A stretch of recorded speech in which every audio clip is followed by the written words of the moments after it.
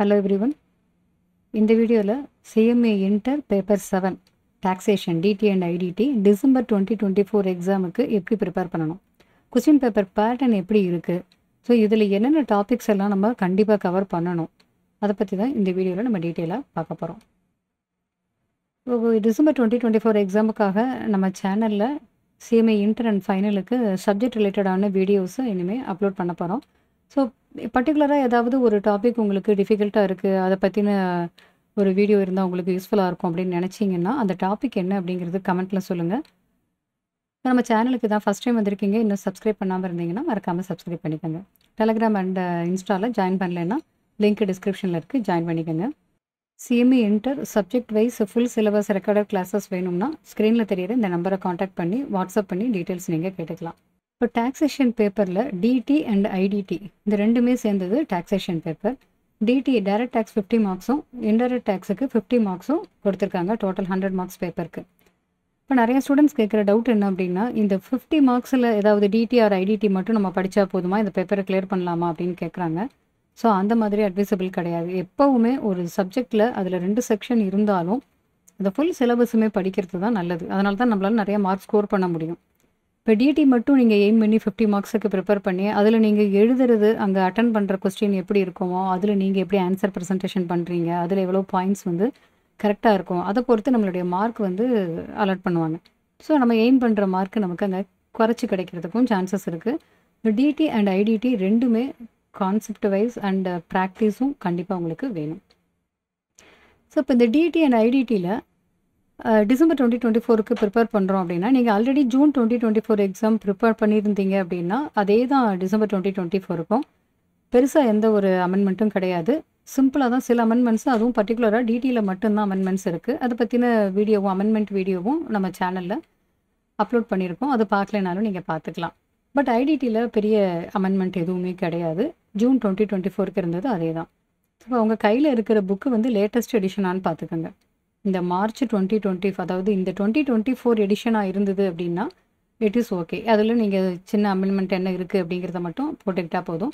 Suppose past year அதாவது 2023 edition book இருந்ததுன்னா நீங்கள் புது எடிஷனை மட்டுமே ரெஃபர் பண்ணி படிங்க. ஏன்னா அதில் நிறைய சேஞ்சஸ் இருக்கும். அந்த சேஞ்சஸை கரெக்டாக நீங்கள் அதை அப்ளை பண்ணி படிக்கலைன்னா உங்களுக்கு கன்ஃபியூஷன் ஆகிடும்.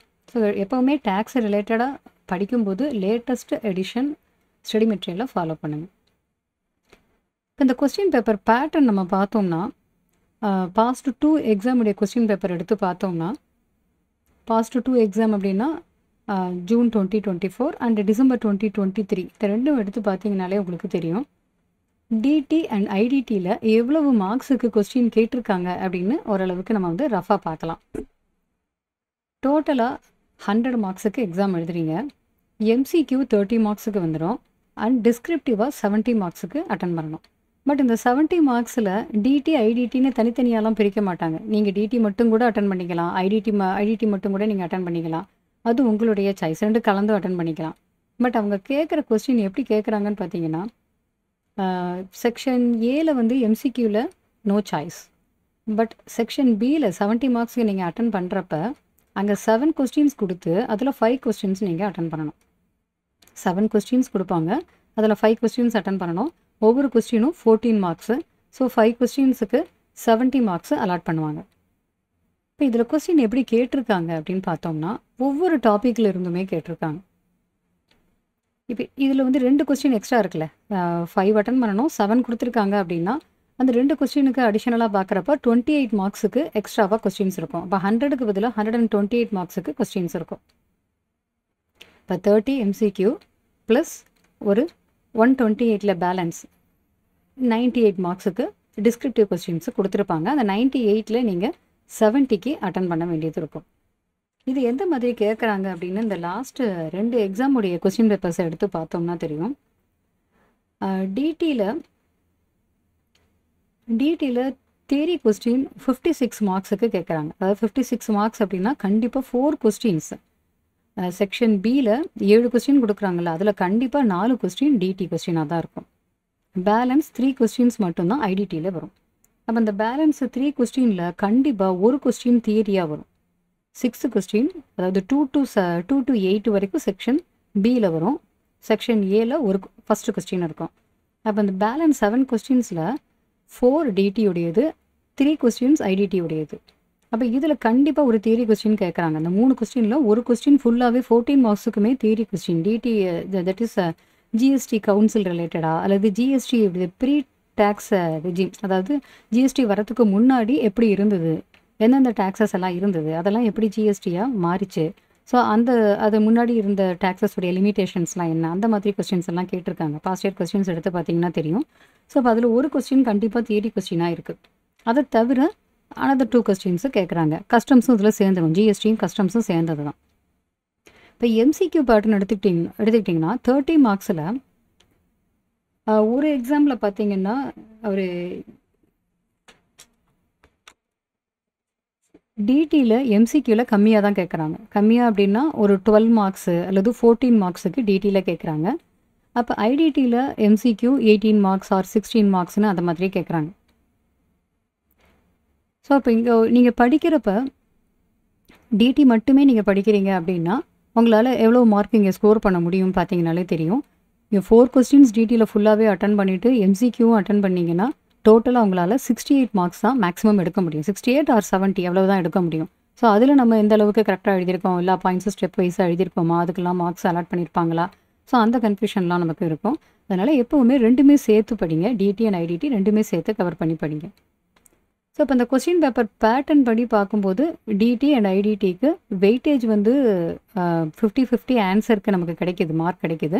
பட் அங்கே கொஸ்டின் பேப்பர் அவங்க ரெடி பண்ணுறப்ப எப்படி பண்ணுறாங்க, டிடி அண்ட் ஐடிடிக்கு கொஞ்சம் டிஃபரன்ஸ் இருக்குது.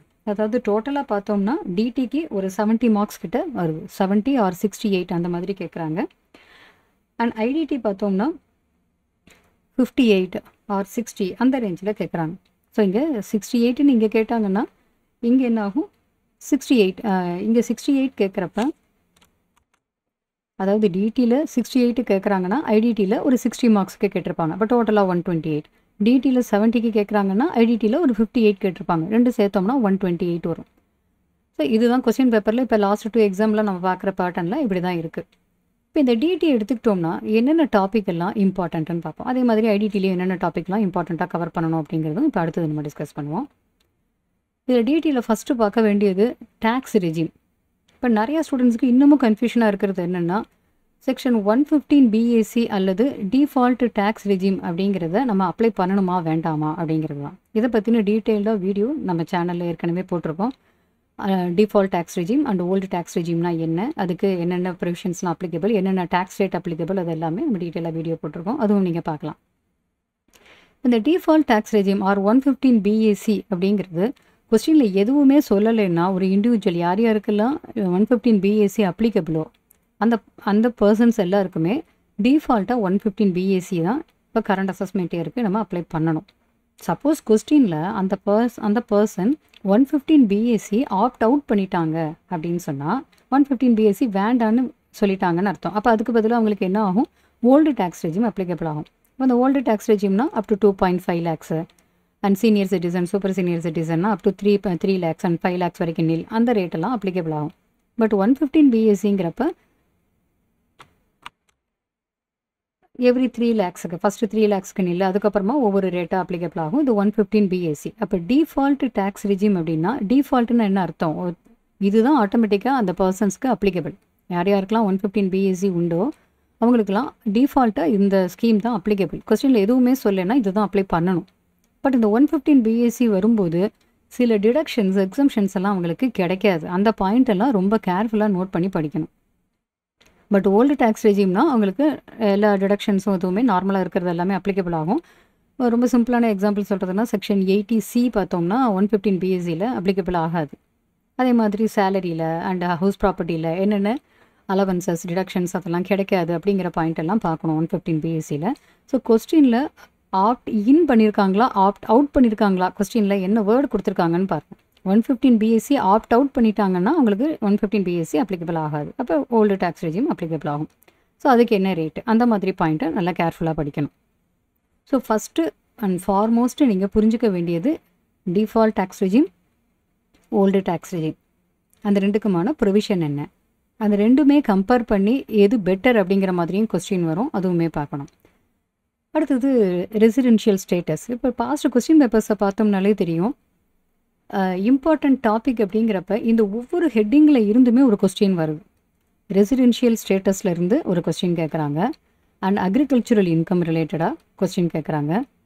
அண்ட் 5 ஹெட்ஸ்லேயுமே ஒவ்வொரு கொஸ்டின் வருது. சேலரியில் கண்டிப்பாக ஒரு கொஸ்டின் கேட்குறாங்க. ஹவுஸ் ப்ராப்பர்ட்டிலையும் ஒரு கொஸ்டின் கேட்குறாங்க. பிஜிபிபியில் ஒரு கொஸ்டின். பிஜிபிபியில் டேரெக்டாக பிஜிபிபி இன்கம் கண்டுபிடிக்கிற மாதிரி கேட்கலாம். அப்படி இல்லைன்னா ப்ரிசம்டிவ் டாக்ஸேஷன் ரிலேட்டடாக கொஸ்டின் கேட்குறாங்க. அண்ட் கேபிட்டல் கெயின்லேயும் ஒரு கொஸ்டின் வருது.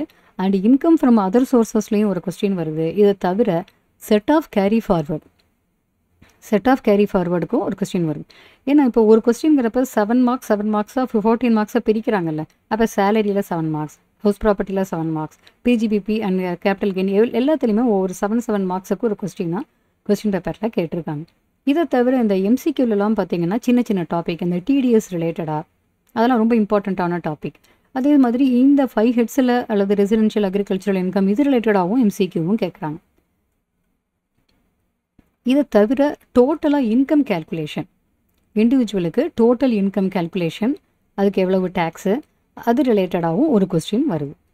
ஸோ அப்போ இம்பார்ட்டன்ட் டாபிக் அப்படின்னு பார்க்குறப்ப இந்த ஒவ்வொரு ஹெட்லேயுமே கண்டிப்பாக ஒரு கொஸ்டின் கேட்குறாங்க. அதை தவிர set off and total income calculation, இதில் old tax regime, default tax regime, இதில் எது அப்ளிகபிள், எது பெட்டர். அதே மாதிரி ஹவுஸ் ப்ராப்பர்ட்டியில் எந்தெந்த ஹவுஸ் ப்ராப்பர்ட்டியை செல்ஃப் ஆக்குபைடாக எடுத்துக்கலாம் அல்லது லெட் அவுட்டாக டீம் டு பி லெட் அவுட்டாக எடுத்துக்கலாம். அந்த பாயிண்ட் அதை அந்த ஆப்ஷன் வச்சு கம்பேரிசன் வச்சு கொஸ்டின் அந்த மாதிரியெல்லாம் கேட்குறாங்க. ஸோ அந்த மாதிரி ஆங்கிளில் படிக்கணும்.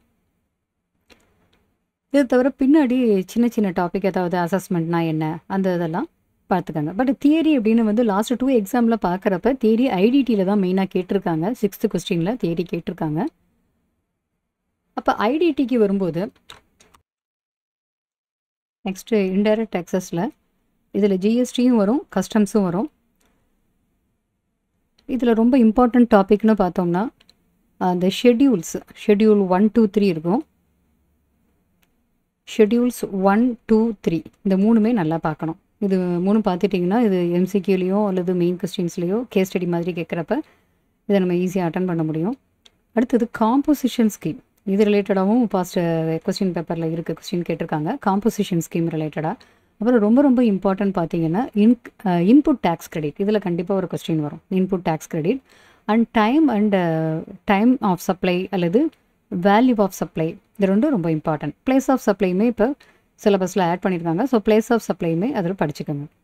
அடுத்தது கஸ்டம்ஸ் எடுத்துக்கிட்டோம்னா கஸ்டம்ஸில் கவுண்டர் வீலிங் டியூட்டி அந்த மாதிரி வேரியஸ் டைப்ஸ் ஆஃப் டியூட்டிஸ் ரிலேட்டடாக தியரி கொஸ்டினும் கேட்குறாங்க. ஸோ கஸ்டம்ஸில் டைப்ஸ் ஆஃப் டியூட்டிஸ், அப்புறம் இந்த இந்தியா அப்படிங்கிறப்ப டெரிட்டரியல் வாட்டர்னா என்ன, அதில் கஸ்டம் ஸ்டேஷன்னா என்ன, கஸ்டம்ஸ் ஏரியா என்ன, எக்ஸ்க்ளூசிவ் எக்கனாமிக் ஜோன்ஸ்னா என்ன, ஸோ அதெல்லாம் பார்த்துக்கணும். அதெல்லாம் எம்சிக்யூவில் கேட்பாங்க. ஸோ டைப்ஸ் ஆஃப் டியூட்டிஸ் ரிலேட்டடாக தியரி கொஸ்டினும் கேட்கலாம், சின்ன கொஸ்டினும் ஏதாவது கேட்கலாம். அடுத்து ரொம்ப இதில் பெரிய கொஸ்டினாக நம்ம மெயினாக எதிர்பார்க்கக்கூடியது என்னதுன்னா valuation, customs valuation rule apply பண்ணி வேல்யூ கண்டுபிடிக்கிறது ரொம்ப இம்பார்ட்டண்ட்டான ஒரு டாபிக். இதில் எஃப்ஓபி வேல்யூ என்ன வரும், அதே மாதிரி சிஐஎஃப்னா என்ன, அதெல்லாம் கஸ்டம்ஸில் நல்லா பார்க்கணும். அடுத்தது இங்கே ஜிஎஸ்டியில் பார்த்தீங்கன்னா ரெஜிஸ்ட்ரேஷன் டாப்பிக்கும் இம்பார்ட்டன்ட். ரெஜிஸ்ட்ரேஷன் எத்தனை நாளைக்குள்ளே பண்ணணும், என்னையிலேருந்து டேட் ஆஃப் அதாவது இன்னைக்கு date effective date of registration, அது ரிலேட்டடாகவும் இம்பார்ட்டண்ட்டாக படிச்சுக்கணும். அண்ட் எக்ஸம்ஷன் ரிலேட்டடாகவும் இதில் பார்த்துக்கணும். இந்த வீடியோவில் டாக்ஸேஷன் பேப்பர் சிஎம்ஏ இன்டரில் டிடி அண்ட் ஐடிடி 50-50 மார்க்ஸுக்கு எந்த மாதிரி கொஸ்டினில் கேட்டுக்கிட்டு இருக்காங்க, ஸோ அதுக்கு நம்ம எப்படி ப்ரிப்பேர் பண்ணணும் அப்படிங்கிறத தான் இந்த வீடியோவில் நம்ம டீட்டெயிலாக பார்த்தோம். இந்த வீடியோ உங்களுக்கும் ரொம்ப யூஸ்ஃபுல்லாக இருந்திருக்கும். உங்களுடைய ஃப்ரெண்ட்ஸுக்கும் இதை மறக்காமல் ஷேர் பண்ணுங்கள். நம்ம அடுத்த ஒரு டாப்பிக்கில் மீட் பண்ணலாம்.